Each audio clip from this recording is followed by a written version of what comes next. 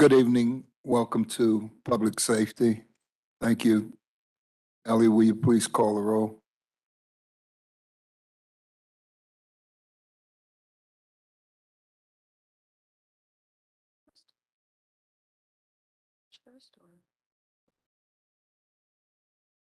Legislator Foley? Legislator Santulli? Here. Legislator Soskin? Legislator Hood Jr.? Legislator Cornell? Committee Vice Chair Legislator Paul? Committee Chair Legislator Earl? Present. We have a quorum. Thank you. This is our first meeting of the night. Please rise for the pledge. Legislator Sossin, will you lead us in the pledge?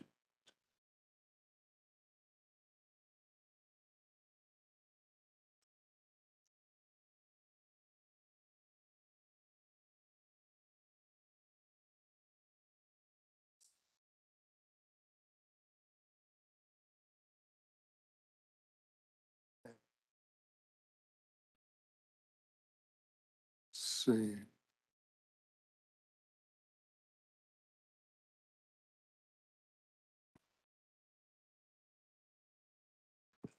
Meetings of our September 13th, 2022 meeting, moved by Legislator Paul, second by Legislator Soskin.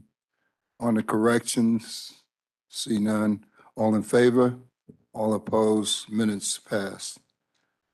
First item of the night is referral number 16704A, approving an intermunicipal agreement between the County of Rockland and the Town of Haverstraw for the purpose of reimbursement for overtime and crisis intervention training relation to the Town of Haverstraw Police Department's participation in the project Connect for the period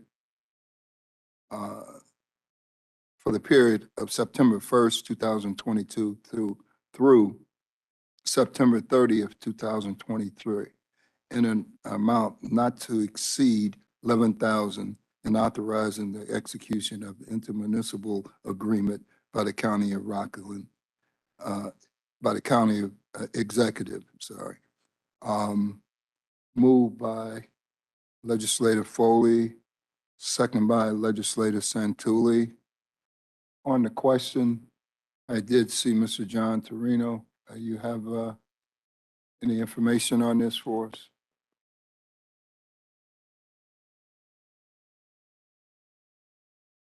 Small dollars, a lot of paperwork. This next one is the same thing as this one. Okay. This intermunicipal is to cover the cost of having police officers trained in an abbreviated version of crisis intervention training, which include overtime. It's the money of federal government. It's a grant. There's no cost to the county. It's a grant that's given to the local police and police officers. It's called there's two different names. One's called Project Connection, with the goal of connecting eligible offenders to treatment rather than incarceration. And it means they get them before they get incarcerated. Maybe you go to a treatment program, if they volunteer, if they go through a treatment program and they pass, the charge against them will be removed. That's the nice thing about this here. So this is a grant we got in 2020.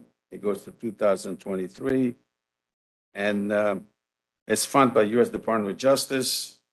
It covers for Haverstraw. It's $11,000, and the course is based on a formula that was developed. So what this is really to get the young men, young ladies treated before they commit more crimes, to get them in this program and maybe rehabilitate them at no cost to them. And if they do go through the program and they succeed, the charge against them, the misdemeanor charge, will be taken away. And in fact, what I did, I brought in some with me in case you want it. Okay, perfect. This program is run by the DA.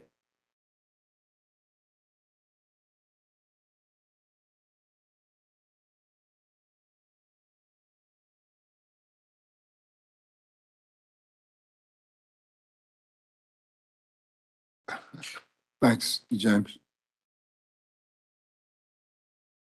Okay, Now, currently, there's four different, There's more. Clarkstown, Orangetown. there's more. Right now, there's Clarkstown, Orangetown, and Stony Point participating in this program also. Most likely, every community will participate in this program. Right now, there's been about 60 referral, 40 participant, and 25 to 30 have been complete the program. That means that they can, they won't be charged of the crime. The charge will be withdrawn. Okay. This is very good information here, John. Is there any reason why it's only two towns that is receiving this? Well, I guess from what I understand, we've had 3 already. Oh, There's okay, 2 going, and there'll be more coming in the future. Oh, So this okay. program goes up to 2023. okay, I think that DA's had several meetings with various town. They have an ongoing meeting, and they're meeting and trying to get them to understand what this program works. It really works. It's a good program. okay. All right. Sounds like it is. Yeah, Legislator Paul. Thank you. This is a nice program, and I just want to know, just starting the program, new program? I think the program has started already. As I said, there's currently three, Clarkstown, Orangetown, and Stony Point are participating in this program. Oh, that's Now, good. Haverstraw and Suffern is going, and then I think the rest will follow. And that this will take place where at the location usually you give in the police station office? I think it's the local police, Office, okay. they refer to it, and that's how it goes. It's got to be referred by the local police. Police. And they will give the training. And right, they get trained, and they get overtime. So that's what this program is. Pay for some of the training, some of the overtime. For the officers. Oh, okay. Very good. I think that is a very nice program. Yeah, that's why I brought this brochure with me, just to show you. Yeah, that's nice.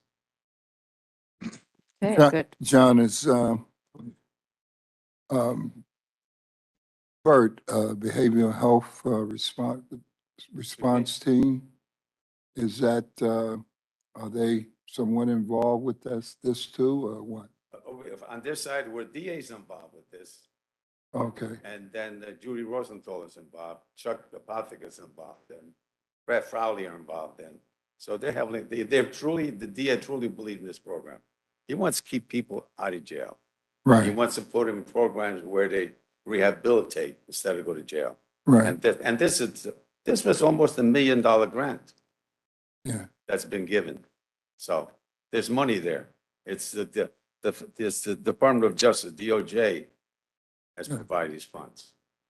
I often I'm remember, not involved in the program, so I don't know too much detail. That's why I give you that information. I often remember what former DA said to me one day. We were having lunch at a naturalization service, and he said that arresting someone is not justice. Justice is helping someone, That's it, right. and I'll never forget that. Yeah, And I tell you, Judge, DA Walsh truly believes in this, right. believes in this program, so. Okay. All in favor? All opposed? Pass unanimous. Referral number 2, 6704B, approving an intermunicipal agreement between the County of Rockland and the Village of Suffern for the purpose of reimbursement for overtime and crisis intervention training relating to the Village of Suffern Police Department's participation in the Project Connect for the period of October 1st, 2022 through September 30th, 2023, in an amount not to exceed $5,000 and authorizing the execution of the intermunicipal agreement by the county executive. I'll move it. Second by Legislator Soskin. On the question, I guess this is the same, It's the same thing. same thing, Yes. right? Okay. Any questions, legislators? Okay. All in favor? All opposed? Motion carried. Unanimous, okay? Okay, thank you. Thank you, John. Appreciate it.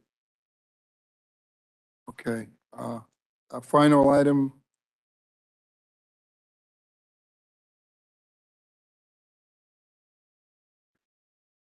Oh, thank you. Yeah. I can go. Oh, budget Thank and finance. Our last item, referral number 3, number 8825. In support of the U.S. Congressional Bill S. 2683 in the U.S. Senate and H.R. 4965 in the U.S. House of Representatives, the 9/11 Responder and Survivor Health Funding Correction Act. This was, I think, what a discussion item. Okay, all right. This is a memorializing resolution. It was introduced by Legislator Alden Wolf. And, okay, so I'll move it. Second by Legislator Foley and Paul.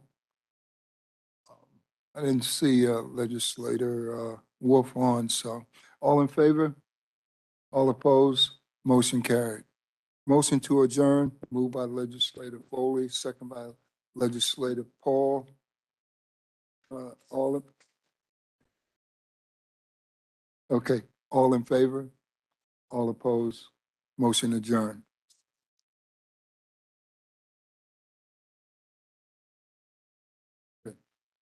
Sponsor everything.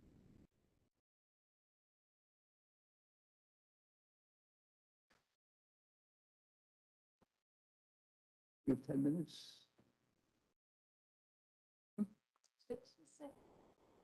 It's 6:30. What's the more? I can't, I don't have glasses on. That's it. With the empty case. Oh, it's in the car? What? Where is it? Home, on my desk. Oh. So what are you gonna do? Ah, I'll give them back. You need to go get them for you, Mr. President? What? Need someone to get them for you? Need someone to go get them? No, it's not.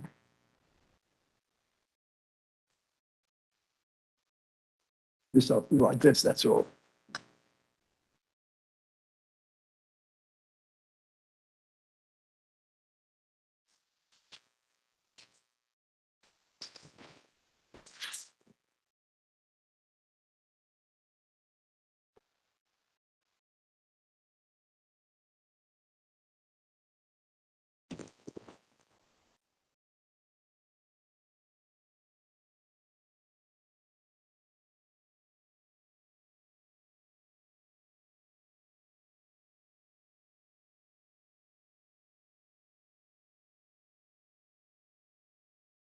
That's all.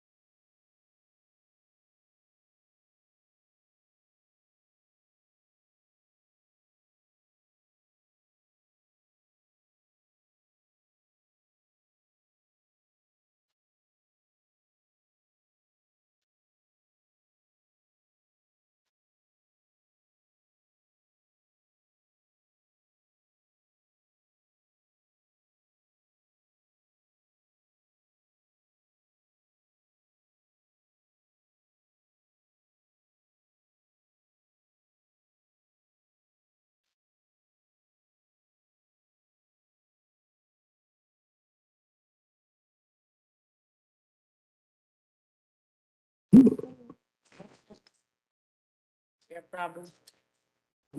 Problem. That's fine. I'm a very easygoing I guy. know you are. Always. We have 2 pages. We have 6 things, don't we? Hmm? You have 6? Eight. 8. We have 8 items. Hmm? 8 items. Yeah, it's very small. PPW, we have the other one? No? We don't have the other meeting? Yes, we have to be the. PPW? Yes. You have another meeting tonight? Yeah. You have another meeting? No. What? No, he doesn't have another. No. No, you don't have it, but I was just saying. Yeah, planning and public works. Oh, after that, Jackie, yeah. Jackie. Oh, okay. I haven't seen you anything. Did she graduate? She's here. I saw her. Oh, Did she graduate? oh, Jackie. what's she, I don't know. I think she was in school. Oh, Okay. She'll go. you know the phone on me? Yeah.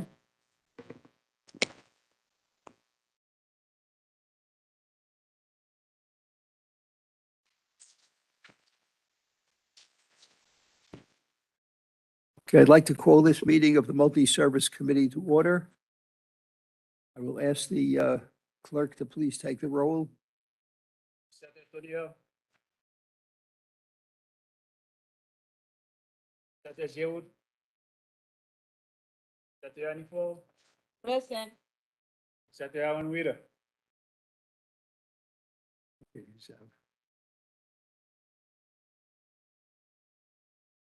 Thank you. Set the Vincent Tower. Set the McGowan. Ellie set the Zaskin. Here, Gabby Cole. anybody on the screen? Okay. We'll start with the adoption of the minutes of the September 28th meeting. By Legislator Earl, seconded by Legislator Weider. Are there any corrections, additions? Hearing any, is anybody watching on the screen? Okay. Hearing none, all in favor of accepting it? Any abstentions? Any negative motions? No. All in favor? Unanimous. Referral number 7099. Approving the acceptance of additional grant funds in the amount of $150,000, no county tax dollars, from the U.S. Department of Housing and Urban Development, HUD, for the Rockland County Department of Social Services, administered by New York State Homes and Community Renewal, HCR, through the New York State Housing Trust Fund Corporation, for landlord rent incentive and security deposit assistance programs under the Section 8 voucher program. I'll move it. Seconded by Legislator Earl.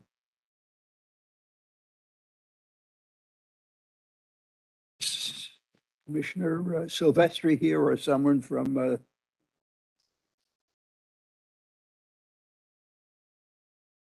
just want to identify yourself, sir.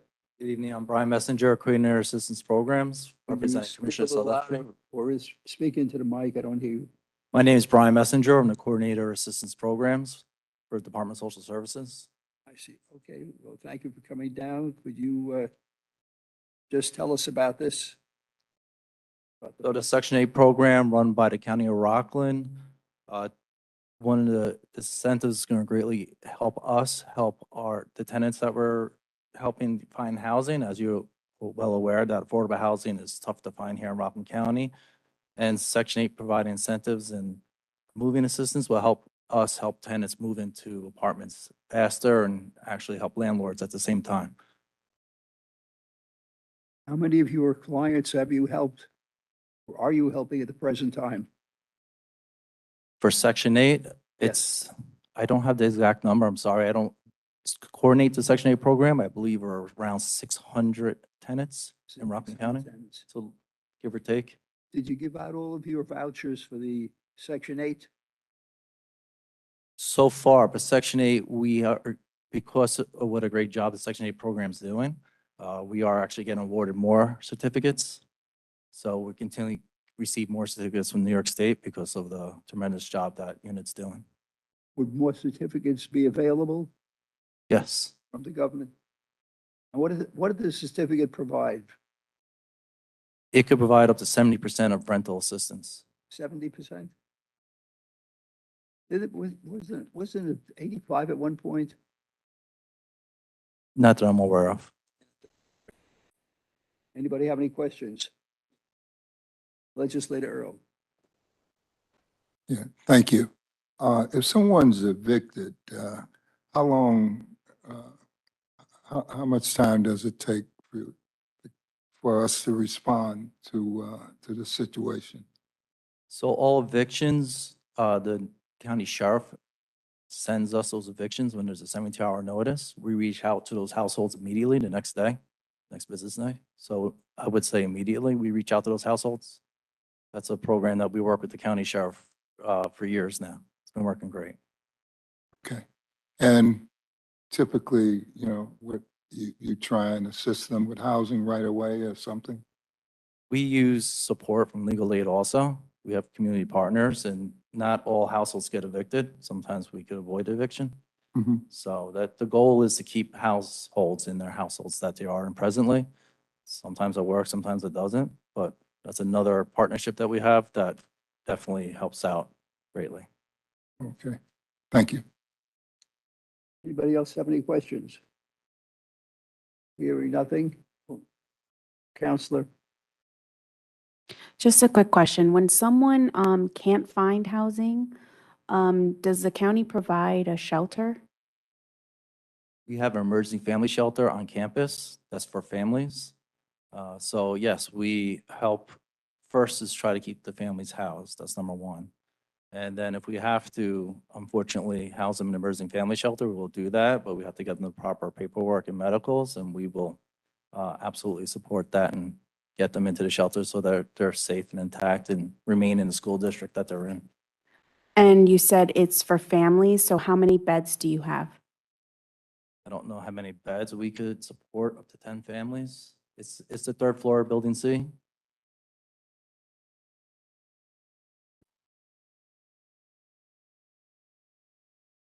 You said up to 10 families? I believe so. I didn't bring the exact number. Sometimes families are larger, so they take up multiple rooms. Would we be able to get that information Yeah, of course, absolutely. through the chair? Would we be able to get that information through the chair? Yeah, why don't we have an action sheet, an action item? Okay. Let's spell out what you want. Okay. Yes, if we could know how many beds the DSS family shelter has, that would be great. I might actually be able to find that out. Okay, thank you. Can I ask one more question? Sure, go ahead, legislator. Are we short of beds when it, emergency come? We faced any time the short of beds for the needy, the homeless people? Are you asking, do we treat families differently from individuals? Yeah, but we faced any problem that we have short of beds for the people who need it in emergency situation? Do we have enough beds for anyone, any case? We do. We have community partners out there that helps us provide beds in emergency situations, such as our rooming houses. They are a tremendous help, the rooming houses. We have, obviously, the emergency family shelter. We have partnerships with a few hotels that partner with us. Again, it's the homeless problem is a community problem, but fantastic partnership that we have out there, and folks really help us keep people off the street. That's very nice. Thank you. Just another follow-up question. Would we be able to get information on the community partners?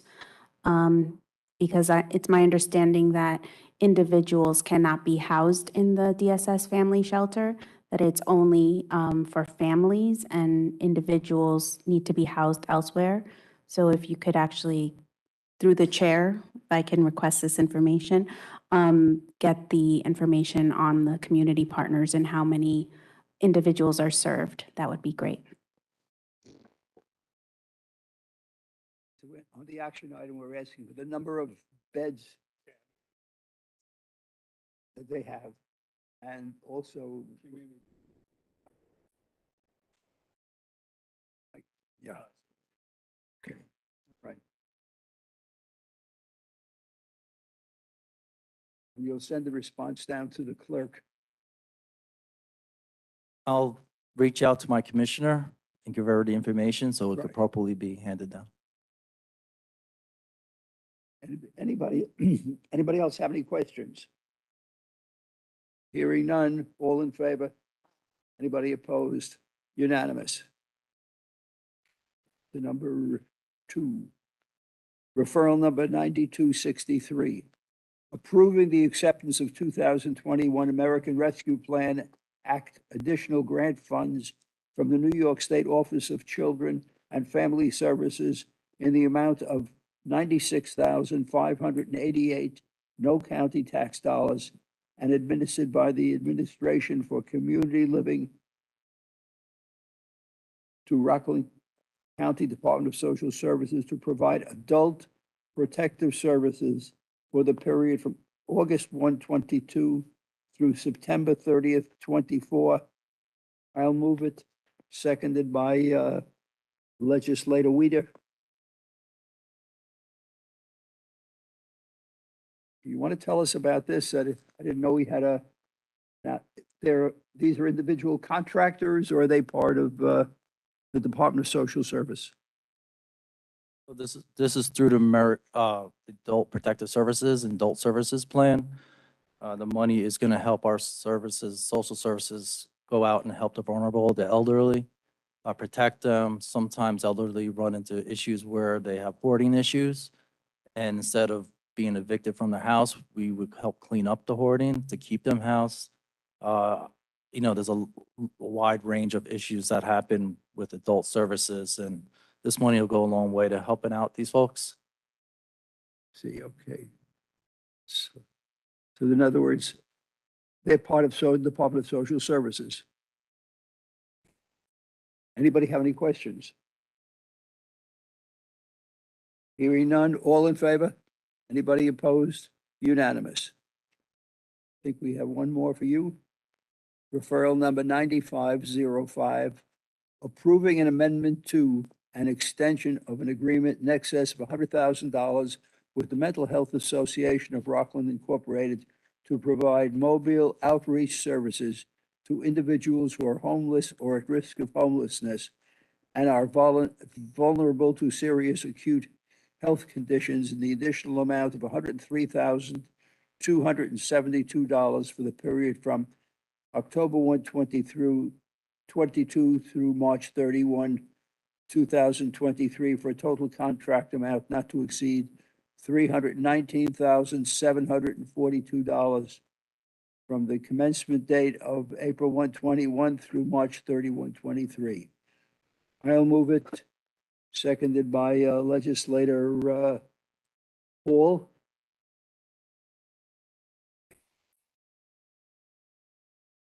This is in addition. I'm familiar with what they do. Are these additional types of services that they're offering?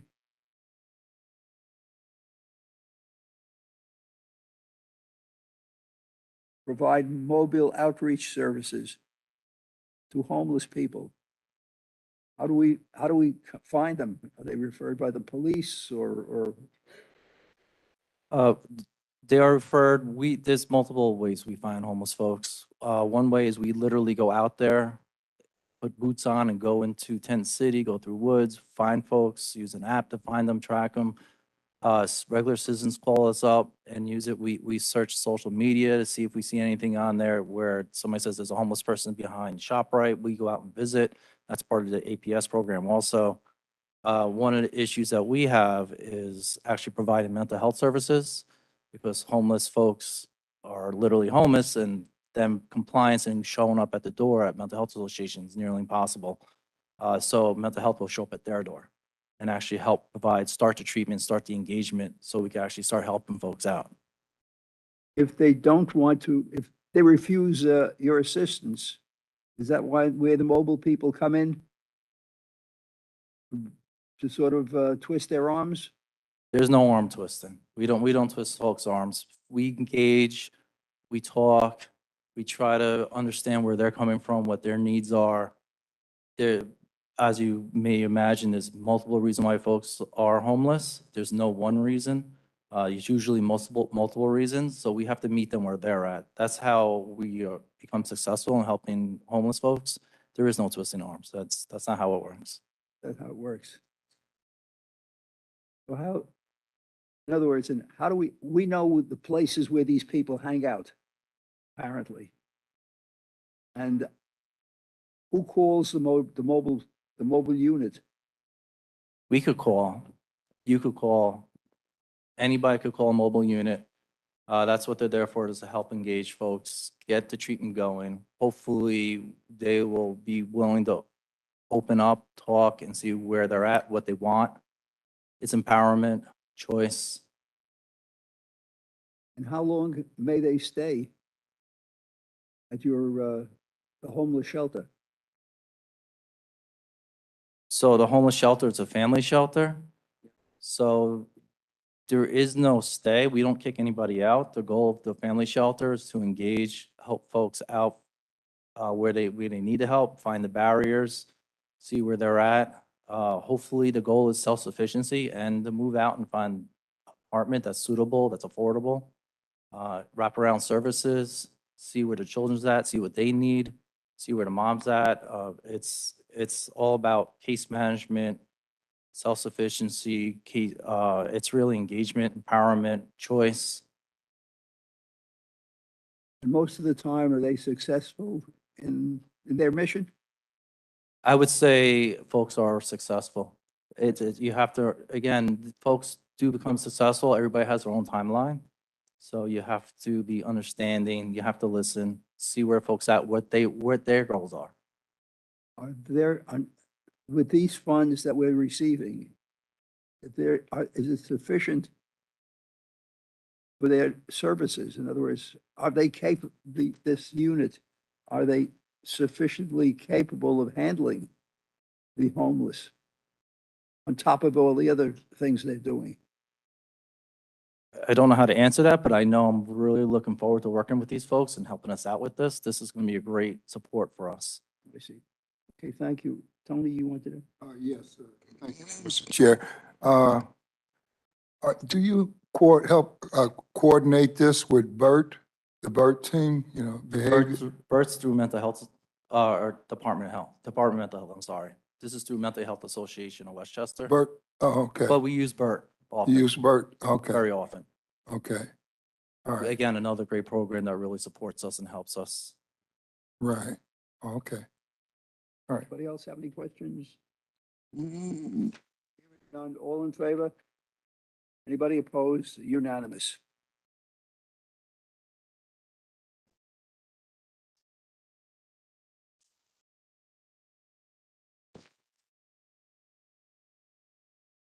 Okay. Will be you representing the board, the Department of Health also?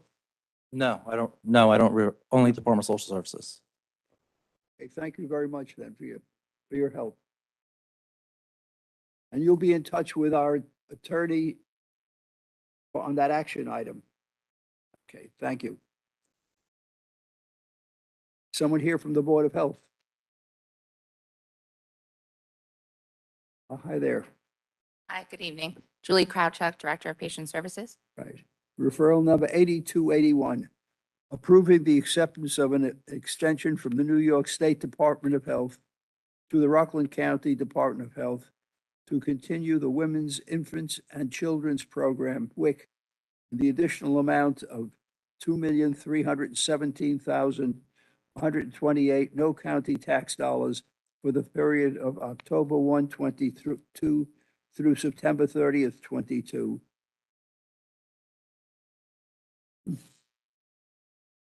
for a new total credit award of $6,860,516, no county tax dollars, for the full period from October 1, 20 through September 30th, 23. I'll move it. Seconded by Legislator Paul and Legislator Earl. Okay. This is an extension. Yes, in a sense. Okay. Is that because the demand is so great? Yes, the demand is continuing to grow. We have over 15,000 You want to just speak into the mic? We have over 15,000 participants at this point, and we've increased 15%. And of course, ever since the pandemic, also population growth, et cetera, we're constantly seeing an increase in need in the last few years. Do you service all people regardless of their status? Correct. Anyone who's eligible based on obviously the income, Medicaid, food stamps, anyone who's in need is taken care of. See. And we've had a lot of interesting things happen, including a formula shortage this year, but thank God that's all kind of sorted itself out. So we've gotten through a lot. Legislator Paul? May I ask you, so with the formula shortage, what we did? I'm sorry, with the formula shortage, where are we at now? Yeah. We're doing much better. They basically aren't having any difficulties now getting formulas. It's only some of the ones that are prescriptive that sometimes we have a little bit harder time, but we're tracking it down and able to help participants. You're able to manage with Yes, we were. that? And we Well, also thank God. support breastfeeding, which is also extremely Yeah. important, and provide That's- nutritional, That's counseling the as best. well. That's the best. Very important. Thank you. Anybody else? Just one question. If someone is undocumented, how do they get help? I'm sorry, how did they get help? If someone is undocumented, okay, call it an illegal immigrant, let's say, how do they get the help they need? They have small children. Well, they apply through the program, and as far as other needs they need, WIC always does other referrals too, also for medical referrals, et cetera. Puts them in touch, obviously, with social services and different needs. Is that through an outside agency or? Yeah, we put them in touch with all different partners, community See. partners. Okay. I say that because we're a sanctuary city or a sanctuary area, and I read the newspapers. Thank you very much. Anybody have any questions? Thank you. Hearing none, all in favor? Anybody opposed? Unanimous. Okay. Okay, thank you very much for coming down. Now we have, is Martha Robles here or someone from her agency, Office of the Aging?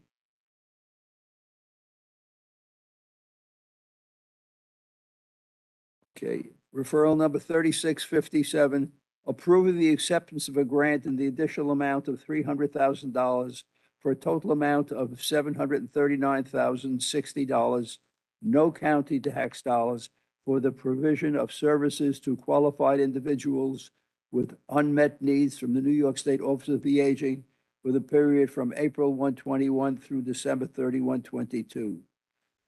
I'll move it, seconded by Legislator Paul. Legislator Earl.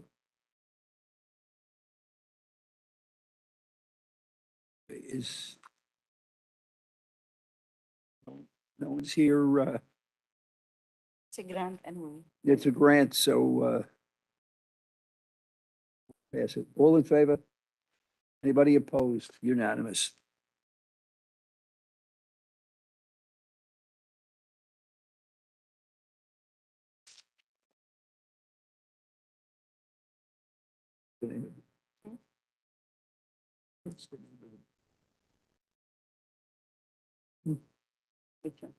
No. The one who's under. what the.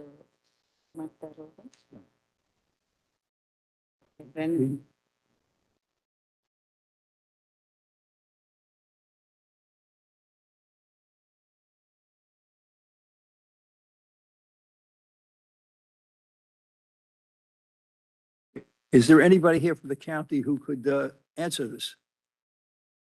Okay, hearing. No. No.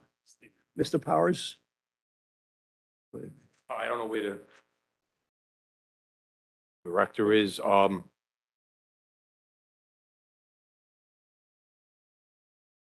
I think we. You know what? You know what? If you want to, I'll go into my office. I'll pull up the resolution and I'll try to have an answer Yeah, for you. I know you probably can't answer it, but in the future, could you please try and have somebody come down? No, they always, okay, I mean, I don't think I'm gonna be able to contact anybody now, but to have him come down in the next Don't 10 bother. minutes. Don't bother. But I mean, if you want, if the We just have- resolution wants to be pulled, Yeah, it's a you know, grant that pull we're it, pull getting. it. There's a reason the person Yeah, wasn't here. sure. But we voted on it already. You voted on it? Yeah. Okay, Mr. Powers, just for the future, No, they always, just for the future, I'm talking about. We already voted on it. Okay, but for the future, try and get the people to come, somebody to come down from each. we always do. Yeah. I mean, I don't know the last time that no one didn't show up. I'll have to find out. Okay, thank you. All Referral right, number got it. 9019. But you know what, if you have any questions.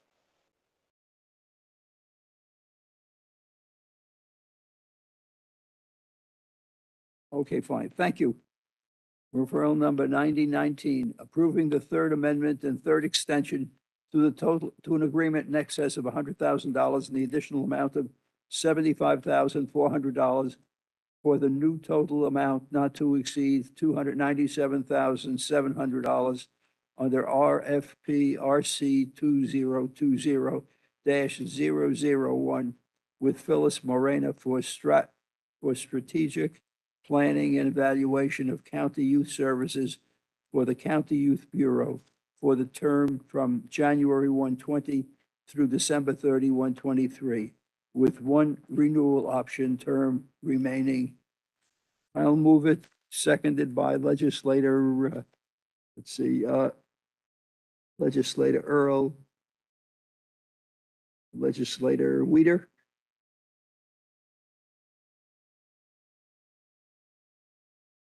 Paul, just tell us. Good evening. This is a renewal of, the third renewal of a contract for a consultant for the Youth Bureau that provides strategic planning and evaluation services. They have to have an outside consultant evaluate all their programs on an annual basis and report that to the state in relation to their funding. And they've used this consultant, I think, probably for This is- 8+ years. This is strictly for evaluation. They evaluate all the Youth Bureau programs in terms of their participation and so forth. Do they suggest programs as well? Yes, that's part of the strategic planning process with, Okay. along with the youth board. Fine, thank you. Anybody have any questions? Hearing none, all in favor? Anybody opposed? Unanimous. And we have one more for you. Referral number 9595, approving the fourth extension and amendment to an agreement in excess of $100,000 in the additional amount of $457,724 for the new total amount not to exceed $2,288,620 under an RFP with Catholic Charities Community Services of Rockland County to operate an emergency warming center at Dr. Robert L. Yeager Health Center for the term from November 1/18 through April 30th, 2023, with one 6-month renewal option term remaining. I'll move it, seconded by Legislator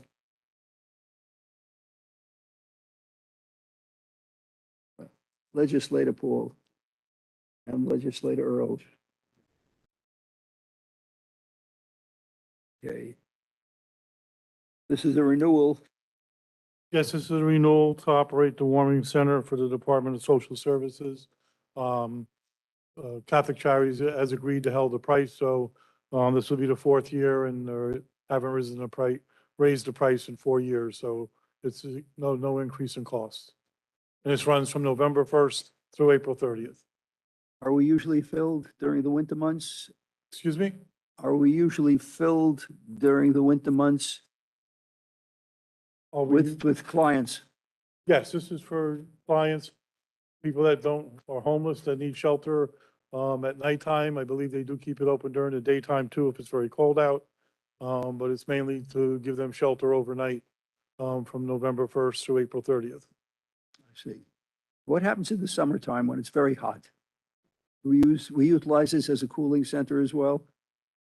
I mean, at certain times, I believe it's been opened as a cooling center, but not on a regular basis. We're mandated by state statute to have the warming center in place from November 1st through, April 30th. I see. Okay, anybody have any questions? Hearing none, all in favor?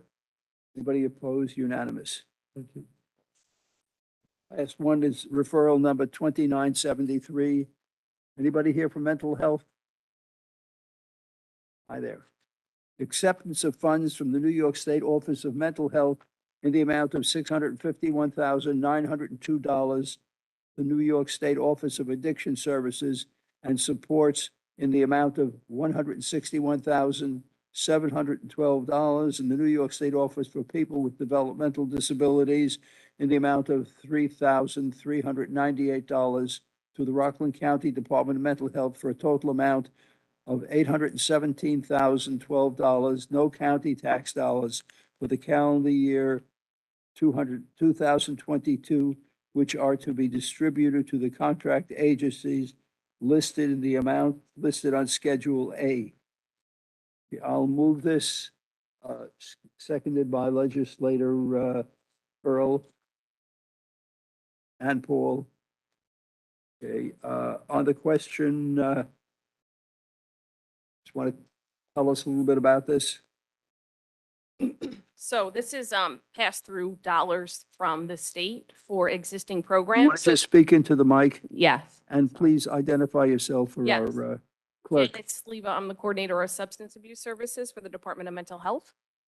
And so these are additional funds that OASAS, OMH, and OPWDD are passing through the county to existing providers that provide services within the county. This is a COLA expenses. These are COLA increases for our existing contracts. And so they decided to give a 5.4% increase to our existing providers effective April 1st of this year through the end of the year. And so that's what this represents. 5.4% effective April of this year.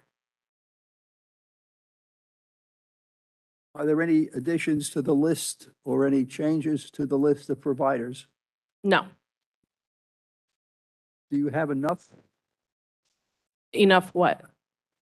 Are there enough funds to cover the people who require this help? Yes, yes, this is sufficient to cover the expenses. Anybody have any questions? Hearing none, all in favor? Aye. Anybody opposed? Unanimous. Okay, that completes the schedule of the multi-service committee. Entertain a motion to adjourn. Legislator Earl. Legislator Paul seconds it. The meeting is adjourned. Does everybody want to sponsor everything that we spoke about? Yes. Yeah.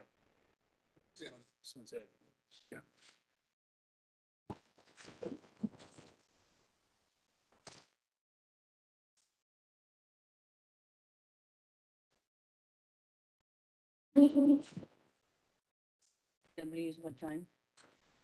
So 7:05. 7:05. What's that? That's important. Let us get the one.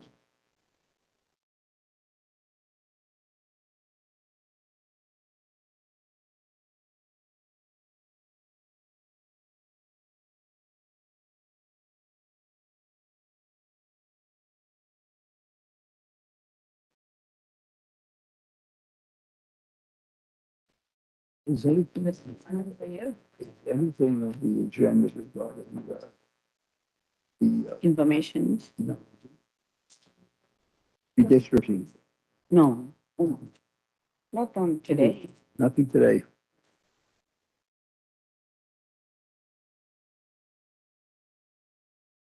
Jackie. That. PPW, isn't it? I did not see it.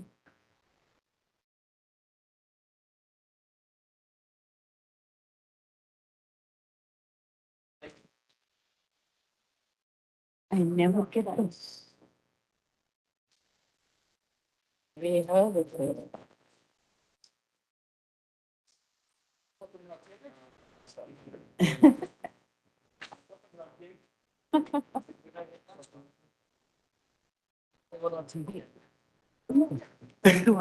It's supposed to be here.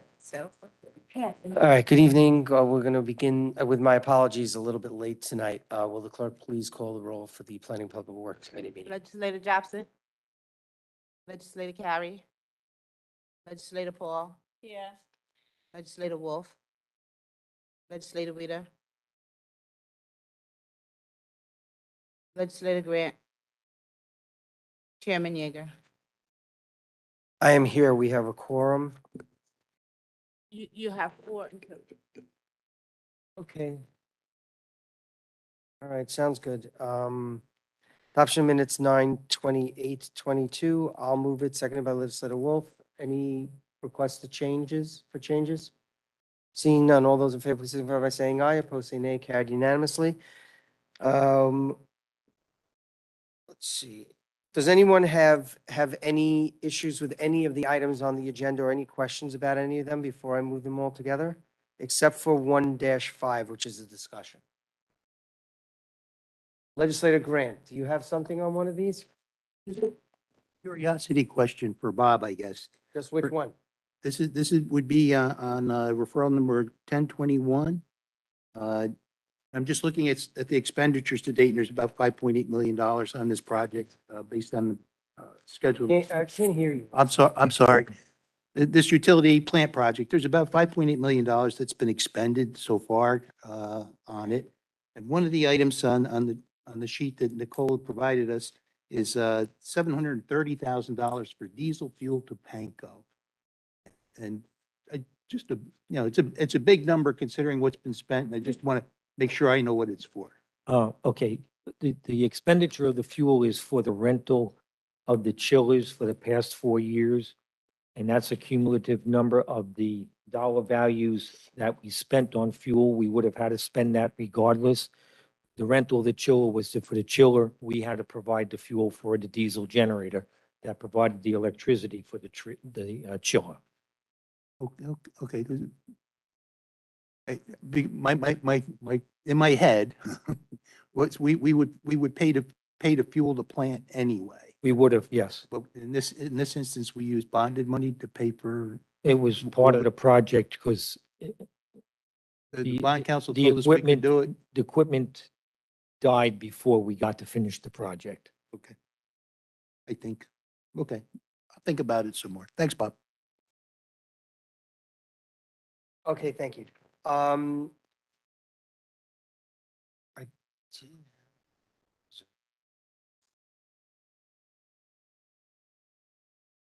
Paul, can I ask, Paul Brennan, can I just ask a quick question on 1-3? The agreement with Buckhurst Fish, and I can't even pronounce that. Is that Jacquemart? Yep. Okay. The agenda What is is that? Also from the ARPA team, this solicitation was done, was for the ARPA team at their request. And it was for a feasibility study to create a bicycle and pedestrian path from from Palisades to Stony Point. Right, this is The this is state- one of the ARPA projects, correct? Yes. Okay, and was this company found? I mean, how was it found? Was it done by RFP? Yeah, we issued a formal RFP. Okay. I think we got five responses. This particular firm was rated to offer the best proposal and a best process and technology in doing the plan. The county has contracted with them before, so we are familiar with them. Okay, and did they come in at the lowest cost or? No, they weren't the lowest cost. There was one other proposal that was lower in cost, but they weren't providing the same level of services in their approach to the project. Okay, all right. That's all I had. Okay. Anybody else before we move everything together? Okay, I'm gonna move items, 1-1A, B, C, D, item 1-2, 1-3, and 1-4 as one, seconded by, Legislator Paul. On the questions, are there any further questions about any of these? Seeing none, all those in favor, please signify by saying aye. Opposed, say nay. Carried unanimously. We're going to go to the discussion item. I'd like to keep it somewhat brief, but I understand the mayor is here. Great. Yeah, it's you. You're up. I'd like to hear from you about this first, and then we'll ask the superintendent of highways to speak, if that's okay with you, sir. You've been asked to speak. Right, I understand. Before you begin, Mr. Mayor, I just wanted to note for the record that you and some county personnel were specifically invited in order to discuss this issue, just for purposes of the legalities regarding people speaking at meetings versus having to submit written comments. Having nothing to do with you. So. Yes, I was invited. Okay, And I'm honored to be here, and I thank you all for taking a moment on this, because it is near and dear to a lot of our constituents who have reached out to us. I don't know whether or not whether or not anybody had seen, we'd been asked, we had actually prepared a resolution to try to get this moved forward by this board. We also had an engineer's report. Have you received this from our village clerk? That everybody has seen a record of it. If not, I could leave it with somebody. But we have actually had an engineer go out. I'd just like to read the conclusions and recommendations by the engineer into the record then, as long as I've been asked to come forward. The results of the intersection study of Christmas Hill Road at New County Road, CR 81, are outlined below. The intersection has 4 instances of 5 or more crashes reported within a 12-month period based on data collected from the last 5 years. There is a recurring pattern of right-angle crashes between vehicles traveling south and east. The crash rate for this intersection is 2.14 crashes per million entering the vehicles, which is above the statewide average of 0.31 for similar facilities. This intersection meets Warrant 1, 8-hour vehicular volume, and Warrant 8, roadway network for traffic signal installation. The intersection meets criteria A, traffic signal, criteria B, crash problems, criteria C, minimum volumes for all-way stop warrant analysis. The eastbound and westbound approaches have intersection sight distances that do not meet the requirements outlined in the Highway Design Manual.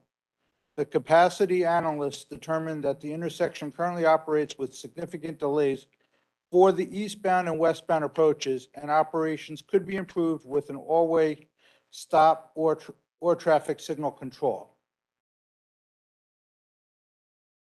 Based on these results, it is concluded that this intersection should receive a higher level of intersection control. Traffic signal control is warranted by 2 of the 9 warrants, and there could be a third that met Warrant 7 if less restrictive measures do not reduce the occurrences of crashes at the intersection. Always stop control should be implemented at this intersection, and the crash rate should be reevaluated a year or 2 after these improvements have been implemented to determine if crash rate has been reduced. If the collision rate is not reduced, then a traffic signal should be installed at this intersection. Furthermore, sightlines should be improved to the extent possible for eastbound and westbound approaches. To implement always stop, MUTCDR1 will need to be installed on the New County Road and South Muncie Road, CR 81.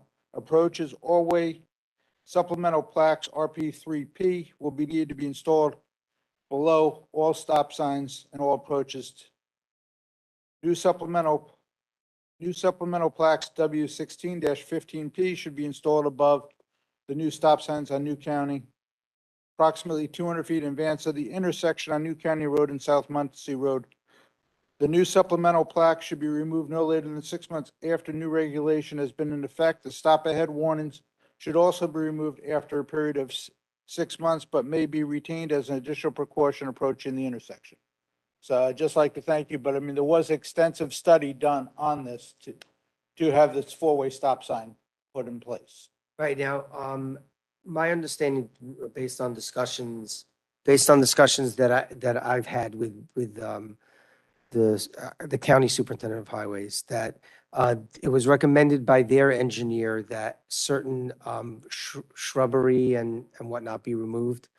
And so has that, I understand that the village was I believe that. supposed to implement. So I'm not sure whether or not whether we felt we had the right to, go onto a homeowner's property to a certain extent. Right, so I understand that. Obviously, I don't believe that there's the right to go on to private property, but has to the extent that the village can remove those site barriers. They went out and looked at it, because this has been going on for a while now. This actually started about probably early in my tenure, about probably at least over 2 years ago. So we've looked at different things, and it kind of bubbled up to this at this point. I understand, sir. Okay, I'd just like to hear from the superintendent, from the highway superintendent, if I may.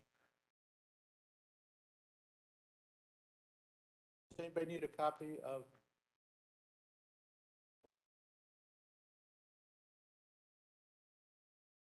Can you hand it to the clerk, please? She'll hand it out. You don't have to do that. Thank you very much, sir. You just stand by just in case we have any more questions. I'd appreciate it. Sir, how are you? As we discussed outside somewhat, we received a copy of the letter. The county executive sent us a copy of the letter from the village.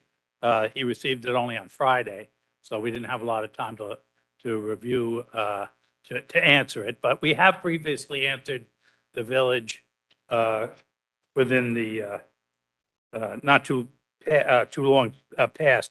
And one of the issues that we had was the shrubbery, which is on the right of way.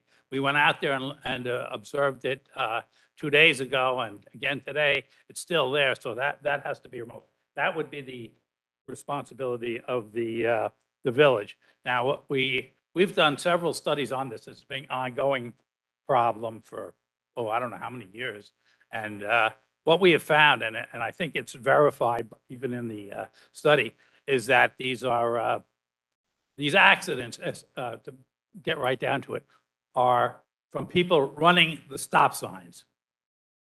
Almost all of them are from people running the stop signs, meaning they're failing to stop. Most of them, I believe, are on Muncie Heights, coming from Muncie Heights, some from Christmas Hill. But so You're saying going, in other words, they're crossing just- over south, just direct me, they're going south or, they're going east and, yes, what is that, east and west, right? East and west. okay, so most of them are, there's a stop sign east and west? Yeah, they're running the stop signs, that's all we can say. Okay, So we've looked at that. What we are going to do is once the village has seen that brush and the tree limbs and that are extending and blocking the view up. If you're coming on Christmas Hill, you'd look to your left, and it's on New County Road. That's where the curve is, and that's what's causing, we feel, possibly causing the problem. I'm not convinced of it, because it seems that most of the people run the stop sign are coming off of Muncie Heights, but at either way, they're running the stop signs. So when our traffic engineers looked at it, they felt that actually putting another set of stop signs is not going to resolve the problem, because first of all, we have a through street, and we do not put stop signs on through streets. South Muncie and New County roads carry 2 to 3 times as much traffic as the intersecting roads. So what you would do is, even with a traffic light, you're going to reduce the functioning of that intersection by quite a bit. Now, I know, looking at the study, that there's been some concern and a desire for the village to get a light. And we've said in our previous responses to the village, once the study is done, if it verifies that a light is required, we'd be happy to issue a permit, and the village can see about installing a traffic signal there. That we would not be object to that.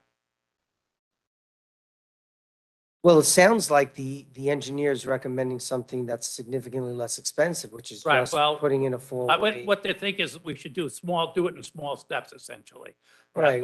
By moving the stop bars and by removing the trees and the things causing the sight distance obstruction, they feel that it hopefully would reduce the amount of intersection accidents. If not, the next step would be for the village to install a traffic light. Okay, and you're saying that the issue, but why would remove, I'm looking at it on Google Maps, Right. right? And why, if there's a bend, the only bend, like within any significant distance or lack of distance to the intersection, is Muncie Heights Road is going basically from south to kind of east southeast, right? Well, I'm looking at the same, I'm looking at the map Okay, here. yeah. So And what is you that might where- have here, this is South Muncie's here. This is New County Road. This is a rather long curve. And this is where the major volume of traffic is coming from. This is Muncie Heights, but you have a curve up here, but you have the stop sign here. Right, so obviously clearing shrubbery from further up Muncie Heights won't affect anything because there's, It'd be up, the I'm with- clearing would be here on New County Road, on New County Road? Road, In other yeah, words, so going south. going south, yes. I'm sorry, somebody's talking? Somebody talking over there? Okay, I'm just hearing something. Go ahead, sorry. And that would hopefully give a better sight distance, a maximum sight distance, or be within the reasonable 350 feet, which complies with the speed limits. The other issue there is that it's an area that does have speeding. It's the average speed there is 35 miles an hour.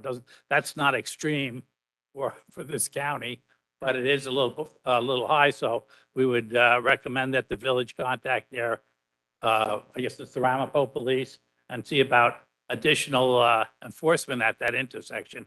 But it would probably stop them from running the stop signs. Well,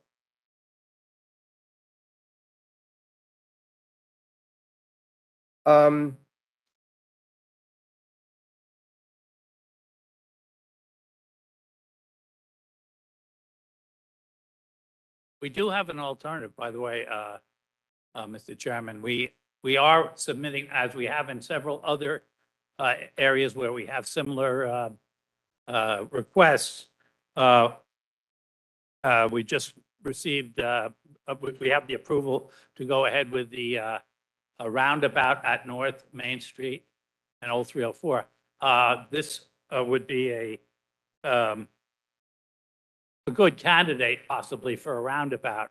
And the state DOT right now is recommending that before you even put in a light, you might consider that.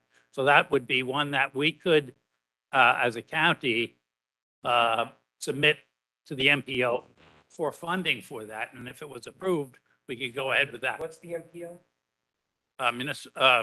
Municipal Planning Organization. Okay, and They're the people where we get the funding for all our road projects, where we get the 85, 80, 15, and 5. They decide whether the projects are meet the needs, and this might be one. So far we've had 2 have, so that's another consideration. Mr. Mayor, would you be amenable, Mr. Mayor, would you be amenable to having members of your staff and yourself meet with the highway superintendent and me at some point within the next, let's say, month or 6 weeks, just to try to figure out what we can do to move this.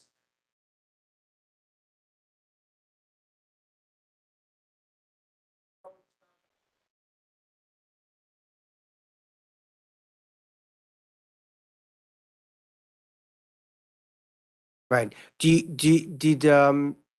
Was there a traffic study done as part of your engineer's report? And did it show that the traffic going east-west is 3 times as much as going north-south? Oh, I'm sorry, the north-south is 3 times as much as east-west, sorry. Mhm. Okay. Right. I understand. Okay. Yes. Yeah, Chairman, as a result, of the conversations that took place today with the county executive and superintendent of highways and how he got, he was notified by the village. We're willing, like in the next week, if you want, Mayor, I met you earlier today at another event, to go forward, to have a meeting at the site. You said 6 weeks, we'll do it in the next week if we could. And, It's fine by me, Wednesday, Thursday, or Friday. Because I think these right-of-way issue, I would recommend that you bring maybe the village attorney to the meeting. And I'm willing to go there too, just to speed this process up. All right, well, let's do that. And then keep me in the loop also, because I'll probably want to be there also Wednesday, Thursday, or Friday next week would be fine. You said next week, right? Yeah, so I won't be here Monday or Tuesday, so Wednesday, Thursday, that's why I said Wednesday, Thursday, Friday. All right. All right, thank you. Are there any questions from any? Yeah.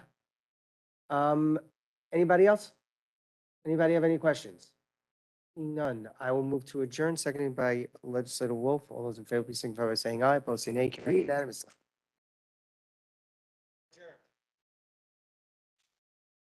I would like to call the Budget and Finance Committee to order, and I'll ask the clerk to do the roll call.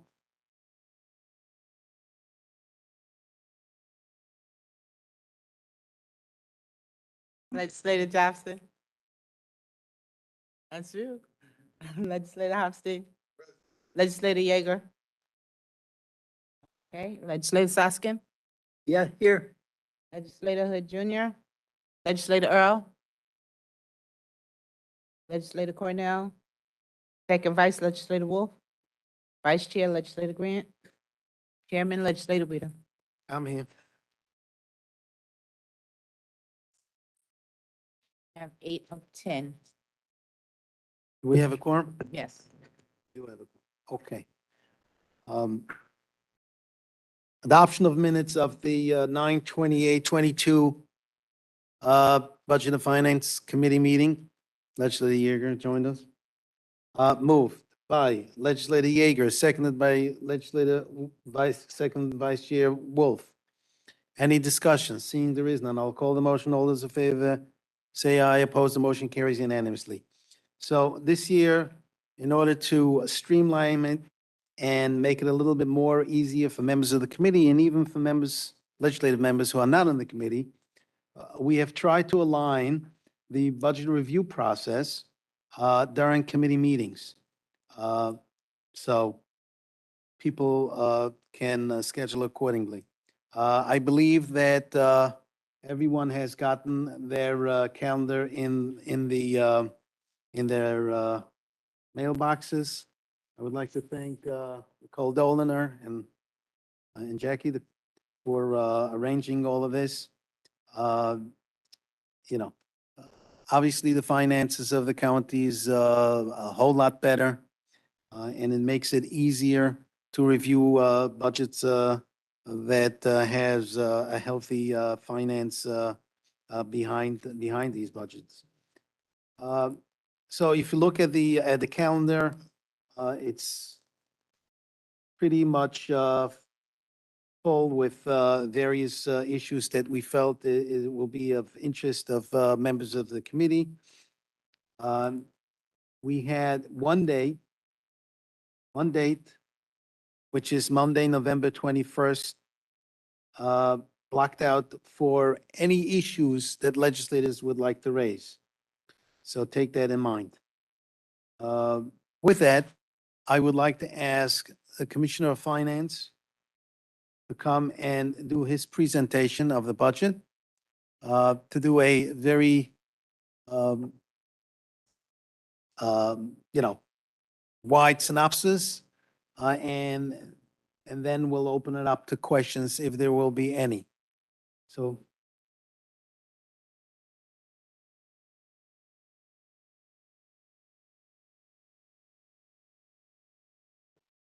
Okay. Just because we.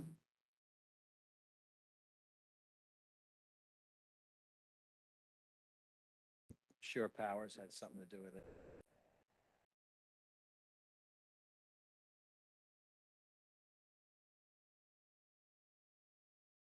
Okay, I would like to ask council to do a public disclaimer about a public comment. I just want to clarify once again, operating under local law number 6 of 2022 and the remote conferencing law, that because this meeting was noticed to be remote because people might have been attending remotely, that members of the public are treated the same way as members in the room, which means all comments must be submitted in writing. The only people who speak at meetings at this point are county personnel and anybody outside of the county who was invited specifically to speak on an item.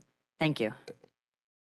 Before you start, anyone that has already appeared at other committees from the county, various departments are free to go. Those who have not yet appeared, and I believe there's only one item on the agenda, I would respectfully ask them to stay, and I believe that's the item on, right, setting a date for public hearing. So hopefully it's not going to be for much too longer. Would you, how long will it take? How long will it take? I can wait. You can wait? Okay. So you know what? We'll do that first. Okay. So we'll jump to item number, let's first move it a second.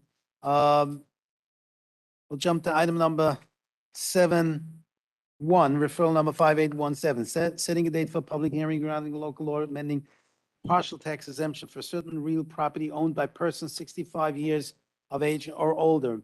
Moved by Legislator Soskin, seconded by Legislator Earl. Okay, on the item. First, if you would like to introduce yourself. How you doing? I'm Will Hartnagel. I'm from the law department upstairs. Basically, I was tasked with amending the law as it exists based upon New York State and Governor Hochul signing a law sometime in August that allowed an increase for the what we call the senior star exemption. The existing law, you got a 50% exemption for $29,000, up to $29,000. Then it phased down to 5% to $37,400. The law is drafted now, took the law that was enacted by New York State to provide the maximum deductions for senior citizens, such that you get a 50% deduction up to $50,000, scaling down to 5% at $58,400. Over $58,400, you wouldn't get anything. So that's the math to the equation. The rest of the law is exactly the same as it was before. So we only added basically the new schedule based upon the new law. It's my understanding that other municipalities can tap into, other municipalities can also tap into to this. Absolutely. Each, it would be up to each town. Do we know, And do we know where Rockland is standing on this overall, other towns? we only had one very brief conversation. I guess there was a hearing. The town of Arapahoe. They seemed like I got a vague, it seemed like it was okay, but nobody was given anything concrete. It's all relatively new. So this is just for the county portion of the tax? Yeah. Okay. Any questions? Seeing there is none, I'll call the motion. All those in favor say aye. Opposed, the motion carries unanimously. Thank you very much. Thank you. Okay, so, Commissioner, thank you very much. Sorry for the interruption.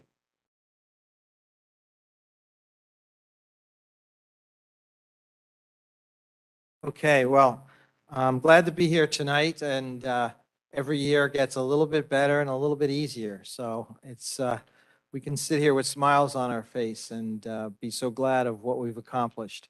But it's a solid budget. I think you're going to see it's a good budget. The total budget this year is about $796 million, which is approximately just less than 3% increase over the previous year. Our sales tax projections last year was 240 million. It was increased to 261, which was our actual collections for 21.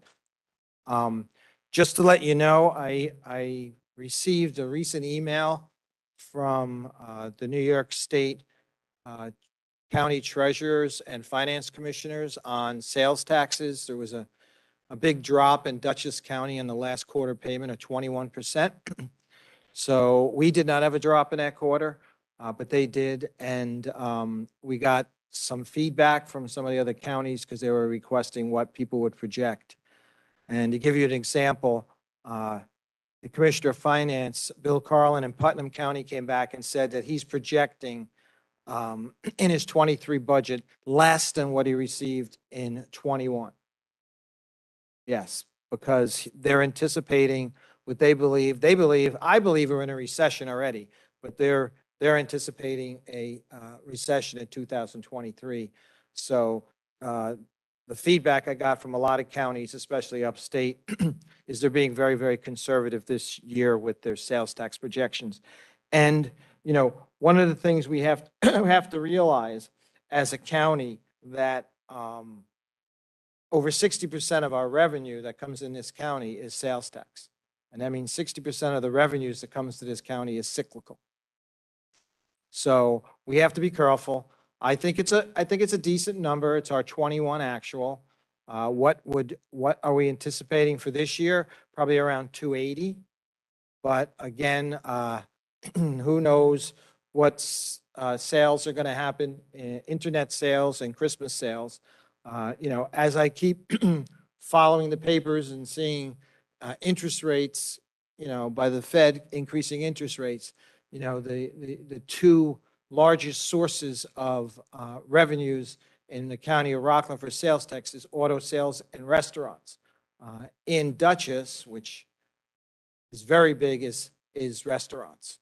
And, you know, as these interest rates increase and your cost of a car loan goes up, or things, you get squeezed more and more, whether it's at the supermarket or wherever you're at, the gas pumps, you know, people start to cut back. That's where we have some concerns on, we could have a drop in sales tax next year. I wouldn't be shocked to say if we didn't have maybe a 20 million or so drop in sales tax next year.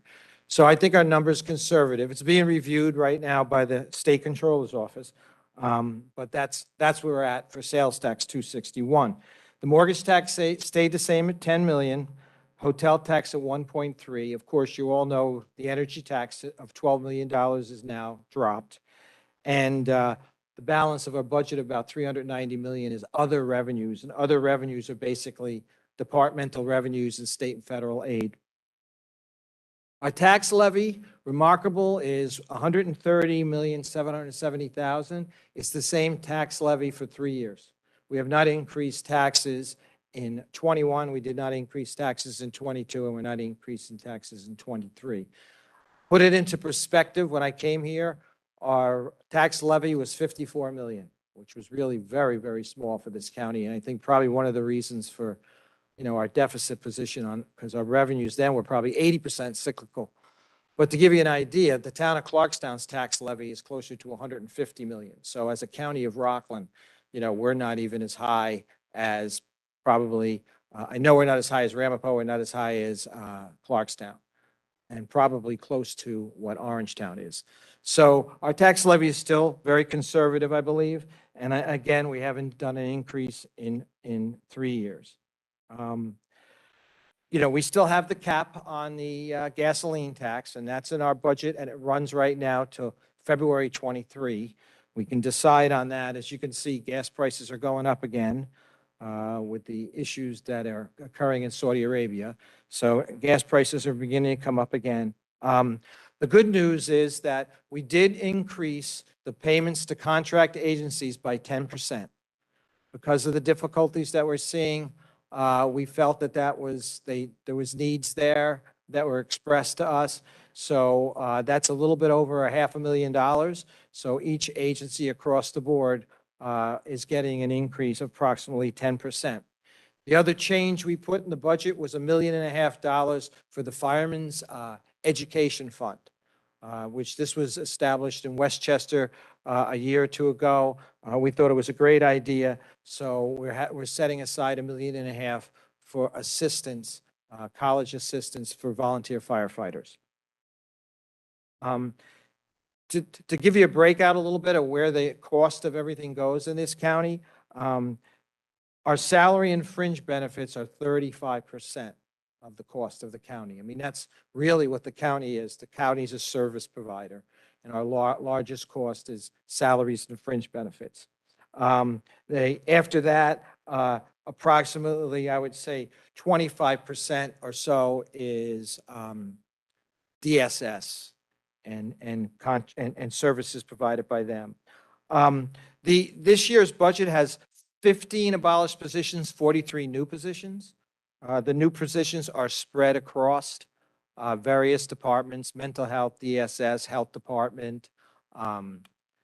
New FOIL director is going to be created, and there's going to be a commissioner for building and grounds that they want to create. So there's a couple of new positions there. One position I want to mention is, and I want to give credit to the sheriff, because I have to say one thing about the sheriff, that his budget has gone up, but his budget every year goes up because he picks up services and he provides services. We have to remember, the sheriff's the person that picked up the medical for the jail. The sheriff's the person that picked up the security countywide. Okay, now he's picking up the services to the schools. We're going to have the bus cameras that they're going to put on the buses. He has one added staff member that he's going to provide to regulate that, and he's actually doing the active shooting training for all the schools and municipalities. So he's, to give him credit where credit's due, he's done a good job, and he's picked up services almost every year, and he continues to do that. To get into other things, I wanted to discuss briefly our debt service. Okay, our debt service payments in the county of Rockland, general obligation bonds, are $52 million. Okay, $14 million is the sewer. 2 years ago, we borrowed at 1.6%. This year, we borrowed at 3.4%. The rate was a little high because we borrowed with sewer, and the sewer department had 30-year debt where we only had 20. So our debt service went up, but it was 3.4%. The debt service right now, and we borrowed in August, is about 4.2%. I made a recommendation, if the health of the county remains going into August, and there's no drastic changes or a recession that would cut into too much of our finances, I made a recommendation to the county executive that it's my belief anyway, by next year, that interest rates will be in the 5 to 6% range for borrowing for municipal bonds. And my recommendation to the county exec was that we should not borrow. Last year, if you remember, we removed all cars and equipments out of the capital borrowing and put it into the departments. And my recommendation to him next year, if we need to do a $30 million borrowing and we have the funds, that we should not borrow, that we should use the existing fund balances to provide the necessary capital improvements. And the way I look at that, if interest rates are 5 to 6%, that's getting a 5 or 6% earnings for the county, because we're not borrowing that money for 30 years and paying those high interest costs. So that's a recommendation I made on that, and we'll see how that goes as the year progresses. We can change it at any time. We can borrow if we have to borrow, but right now that's what I'm addressing with him. To address the fund balance, just to touch on that a little bit, okay, as you remember last year, we had a fund balance of 92 million. I'm projecting about 172 this year. We've had surpluses of, going back 3 years, 20 million, 28 million, 23 million. This year, like 80 million, okay? When you look at that 80 million, you say, wow, that's a big surplus. But that surplus came about, I would say 80+% from cuts in expenditures. It really was. It was COVID, to be quite honest with you. We had no early intervention, and we had no pre-K, and that's 25 to 30 million. We had no overtime. We had half the staff working from home. So if you look at that $80 million, you're really looking at about 60 from what? And I kind of laugh because when we got the ARC payments, we got 60 million. And when I went back and I looked at our savings, it was about 60 million from expenses. So if it wasn't for that, we would have ended up probably again with another 20+ million surplus. Okay. And to touch about one other thing, I'll be quite honest with you. I'm not happy with the current audit. And I will tell you this, right now in our offices, the state controller's there doing a review of the budget. They were there last year. I haven't seen an auditor from Marks Penneth in 3 years. I have not seen one as of this date today, okay? We have sent them documents. They have discussed us being short-staffed. We were short-staffed last year with the help of especially Mike Hoblin, I'm going to mention. We have added to staff now, so our staff's starting to improve, even though we've got some training going on. But we're providing these guys with the documents. Now, the audit last year when we were short-staffed was completed in August 2nd, and we still don't have the audit completed from these guys. And if you want my personal opinion, and I'll tell you this, we were the first county that audit firm audited. First county in New York State. And 2 years ago, they picked up Nassau. And it's my personal opinion since that time that Nassau, who I'm sure is they're getting an extensive fee on, has become their main focus. And it's, you know, we have rating agencies. I have everybody and their brother, bond insurers, texting me and calling me once every other week or so saying, we need the audit, we need the audit, we need the audit. I have no idea right now. I have a memo right now that was dated October. No, I have a memo from them dated, okay, October 4th. We provided it some information. Thank you very much for the information. She goes, also, we have receipt of the state's DOT report. We have to get that done. We will be back to you with these reports as well as the general audit. But since we now have other deadline jobs and we need to catch up on, it may not be fast, but we will try our best. So we're not a priority anymore, I don't think, with this firm as we were the last couple of years. And I think that's something that, you know, it's my obligation to advise you guys of this and let you know what the situation is. We should have had an audit well in advance of this meeting right here today. And that's it. That's my summary. And if anybody has any questions, I'd be more than happy to answer those. Good. Thank you very much. Legislator Wolf? I know we're going to get into some detail, but just wanted to ask one question about one of the comments you made early in the presentation. When you were talking about the cyclical nature of sales tax, and it is, we know it's a tremendous percentage of our total revenue. If you're so concerned about economically sensitive revenue sources, then why propose no property tax increase? The reason for no property tax increase being presented, and people could argue the point, actually, to be honest with you, people could argue the point for a decrease, okay, not an increase.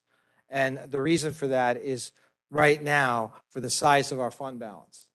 To me, any increase that we would put in right now and the way the operations are now, look, if a recession comes and things hit, that's a different story. But right now, and this is my experience also going back from the controller's office, right now, any property increase, property tax increase that would be put in, I would consider overtaxation with an $80 million surplus coming in from the end of last year.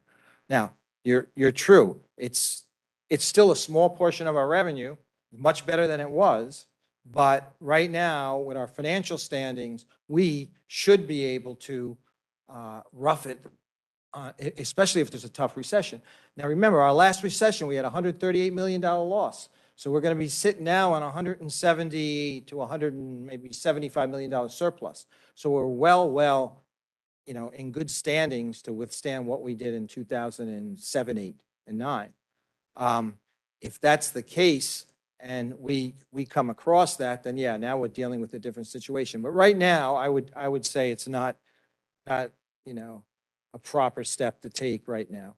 Okay, I'm just going to throw it out there to everyone. For this conversation happened last year when we started talking about rolling back some of the measures that we enacted at the beginning of the recession. Right. One thing to consider is that if we can continue to reduce our reliance on sales tax by, one option would be to continue moderate increases in property tax, which we know is very, very small part of one's annual tax bill, and perhaps start rolling back the percentage. I mean, we're one of the highest sales taxes in the state. It's a regressive tax that disproportionately affects people of limited means. And so that's something that, I intend to advocate for at the right time. Not saying this is the right time, but it's something that I find to be pretty important. Thank you. Very good. Any other question? Legislator Grant? Commissioner, I just want to thank you for your presentation. As always, I very much appreciate your candor and thoroughness. I guess hopefully this will be your last. I might stick around to the summer. They're trying to, Okay. they're all holding right. a little bait. You're more than welcome to. You're more than welcome to. I just had a question related to appropriated fund balance. Is there any provision for appropriated fund balance? No, there's no, I will tell you this, the unreserved fund balance for the county of Rockland is very conservative. And by that means is that we've had possible callbacks on aid that was provided to the hospital and to mental health. And we reserve that just in case, okay? I did not put back $11 million for compensated absences though, but you remember that when I first started. But we conservatively, all the reserves that are there everything's covered right now. We have nothing that finally that could hit us across the head in this county that we don't have the appropriate money for. In fact, if some of that callback money, we have it at whatever the maximum amount that the state might require. And if some of that callback money is not called, we'll even have an additional buffer there. Okay. And regarding the audit, I wouldn't propose to do it here. But I would encourage Chairman Weeder and Chairman of the Legislature Hood to ask for a meeting with you, Sure. to sit down and just discuss some of those issues so that we have a better understanding of it. Do that. I was going to suggest that we do it early on or. It's as soon as it's convenient, and if you're looking for people to Yeah, sit, I'll sit in. a lot of this delay that's coming in too is just, they just don't come in an audit. I mean, you're getting a list and they're saying, we need these vouchers, and they give you a list, and they say, okay, copy them, scan them, send them to us. I mean, come on, guys. I mean, this should be, people are coming into the offices now. They should be here and they should be conducting the audit with a staff and going through the documents they need to go to, instead of calling us up, taking our staff to take the documents, pull the documents, copy the documents, and send them the documents. I wish we would have known this. You would have told us before. Well, it's, I thought they were going to come around. I thought they were going to do it quicker. We've been calling them, but once I got this memo from them, I saw, August 2nd was last year. That's not that bad, but this is really slow. I could say this, Commissioner, you have always been straight with me and with the body, always, sometimes to a fault. Okay, so I'll take your word for over anyone else's, Yeah, I wish we would have known, at least I would have known about this earlier. But, yeah, we could do it either next week or, depending on. Okay, so we're gonna try to arrange it either for next week or the week thereafter. The week But thereafter is it's- better But for it's gonna me. be done, the week thereafter? Yes. So we're gonna do the week thereafter. Okay. So not the following week, not Okay. next week, Right. but the week weekend, thereafter. okay. And we're gonna have, yeah, Nicole, set it up? Okay, good. So, okay, any other questions? Legislator Earl? Thank you there, Mr. Chair. Commissioner, Yes. once again, thanks for a nice presentation. What I like about you, you always keep that glass half full, you know? I remember some deep bad times, you you didn't push the panic button, and I appreciate that, you know?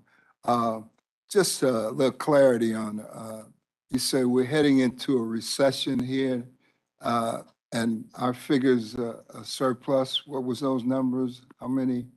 Okay, the surplus anticipated for last, or for 22, or 21, I'm sorry, is approximately $80 million, okay? So we're going to be, on the audits completed, we're going to be in the 175, 180 unreserved fund balance. That's where we'll be at. But the recession we're anticipating and where the concern is next year. Okay, all right. Thank you, appreciate it. Okay, seeing there is no other questions, I would like to thank again the commissioner for doing his presentation and for always being available. And we're looking forward to setting up that meeting so we could get a little more of an understanding. Okay, with that, we'll continue with the regular programming, which is I'm going to move items number 1 through 1 all the way through 1.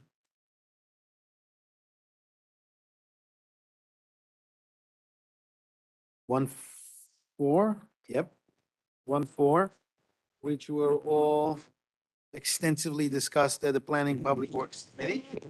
Moved by legislator Yeager, seconded by legislator Hofstein. Any discussion? Seeing there is none, I'll call the motion. All those in favor say aye. Opposed, motion carries unanimously. Item number 2-1, all the way through 2-8. Moved by legislator Soskin, seconded by legislator Earl. Any discussion? Seeing there is none, I'll call the motion. All those in favor say aye. Opposed, motion carries unanimously. Item number 3-1, all the way through 3-2. Moved by legislator Earl, seconded by legislator Jobson. Any discussion? Seeing there is none, I'll call the motion. All those in favor say aye. Opposed, the motion carries unanimously. Motion to adjourn, moved by legislator Green, seconded by legislator Jobson. All those in favor say aye. Opposed, the motion carries unanimously. Thank you very much. Thank you very much for the staff.